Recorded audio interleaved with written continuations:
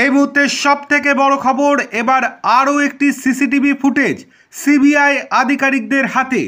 আরজি কর কাণ্ডের তদন্ত সিবিআইয়ের হাতে যাওয়ার পর থেকেই তদন্তে উঠে আসছে একের পর এক রহস্যজনক তথ্য। আর এবার সিবিআইয়ের হাতে উঠে এলো আরও এক চাঞ্চল্যকর তথ্য।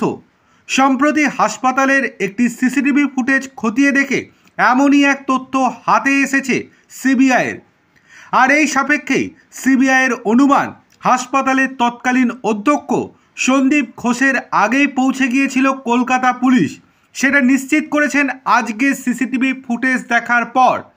সন্দীপ ঘোষ বারংবার দাবি করেছিলেন যে তিনি যাওয়ার আগেই কলকাতা পুলিশ ওখানে পৌঁছে গিয়েছিল, কিন্তু সেটার প্রমাণ এবার পেল সিবিআই আধিকারিকেরা।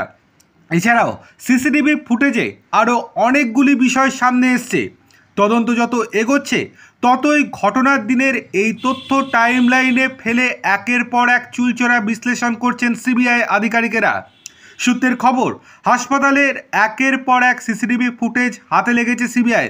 আর তারপর থেকেই ঘটনার দিনের সকাল থেকে রাত্রি সব তথ্য খতিয়ে দেখছে সিবিআই। জানা গিয়েছে 9ই আগস্ট অর্থাৎ ঘটনার দিন সকাল 10টা নাগাদ আরজি করের এক চিকিৎসকের ফোন পেয়ে ঘটনাস্থল তথা 4তলার সেমিনার রুমে যান সন্দীপ। কিন্তু সেখানে সন্দীপ পৌঁছনের আগেই উপস্থিত ছিলেন কলকাতা পুলিশ।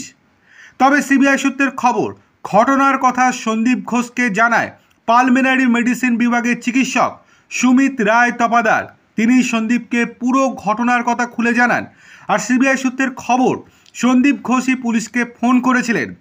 পাশাপাশি তৎকালীন সুপার অরুণাভ দত্ত চৌধুরী সহ বেশ কয়েকজনকে ফোন করেছিলেন তিনি।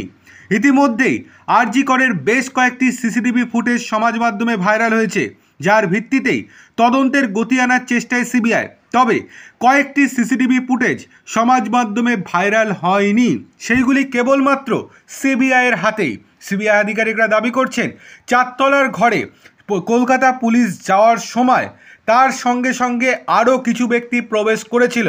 সেই ব্যক্তিদের পরিচয় জানার জন্যই কলকাতা পুলিশের অধীনস্থ টালা থানার ওসিকে জিজ্ঞাসাবাদ করা হয়েছে।